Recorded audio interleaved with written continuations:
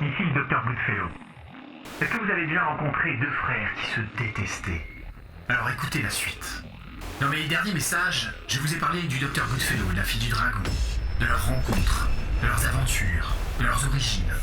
Nous avons parlé du conflit qui opposait leurs deux clans. Les Adjatar, le clan de la fille du dragon, et les Adaïr, le clan du docteur Goodfellow, sont ennemis depuis des siècles.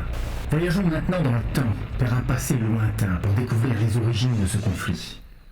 Il y a environ un millénaire, au milieu d'une clairière verdoyante, une féroce bataille éclate entre deux armées. Les soldats sont fous de rage et ont soif du sang de leurs ennemis. Ils croient tous que la victoire est proche et que leurs descendants vivront leurs exploits pendant les générations à venir. Ils se battent comme des chiens enragés de toute leur force. Les exhortations de leur capitaine leur insufflent un sentiment enivrant de toute puissance surnaturelle. Tous ces braves guerriers se battent au nom des généraux qui les ont conduits sur le chemin de la guerre pour anéantir leurs terribles ennemis. Ces armées se battent au nom de deux clans qui se détestent au plus haut point. La haine coule si profondément dans leurs veines qu'elle ne disparaîtra jamais. Pourtant, ces deux peuples ont tellement de points communs qu'on arrive à peine à les distinguer. Ils parlent la même langue, mangent la même nourriture, célèbrent les mêmes fêtes païennes et se battent de la même manière. En fait, ces deux clans n'ont pas toujours été ennemis, ils sont même apparentés. En effet, les généraux qui mènent ces deux armées sont frères. Ils ont grandi dans la même famille, ils ont partagé les soins et l'amour de leur mère. Ils ont grandi durant toute leur enfance en paix. Au fur et à mesure du temps, ils ont grandi pour devenir des hommes forts et beaux, toujours très attachés l'un à l'autre. Ils ont consacré leur éducation et leur carrière aux arts de la guerre, suivant la voie de leur père, et sont devenus des généraux, comme eux l'étaient, avant d'être tués pendant une bataille. Les deux généraux étaient des hommes très populaires, et ont très rapidement suscité le respect de leurs soldats et de leurs partisans. Pendant très longtemps, ils ont réussi à maintenir une relation respectueuse et aimante entre eux, malgré leur soif croissante de pouvoir. Cependant, l'amour et la jalousie ont fini par les rendre fous.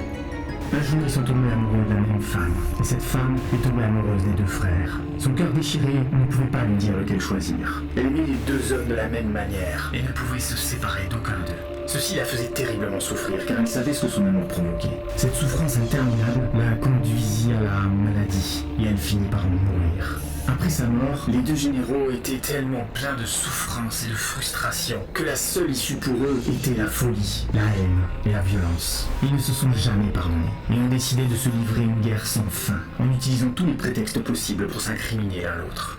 Assez rapidement, ils ont réussi à assembler autour d'eux les gens de clans rivaux. Leur quête de pouvoir grandissait de jour en jour, et ils réussirent à assembler deux armées pour défendre leurs deux clans. Ils réussirent à convaincre leur capitaine et leur peuple de les suivre dans la folie. Dès la première goutte de sang versée, il n'y avait plus de retour en arrière possible. Les deux peuples utilisèrent chaque événement et chaque frustration pour creuser un abîme de haine. Et cet abîme s'approfondit, jour après jour, saison après saison, génération après génération. Ces deux peuples ennemis étaient les Adjatar, les hommes de feu, et les Adaïr, les hommes de lumière.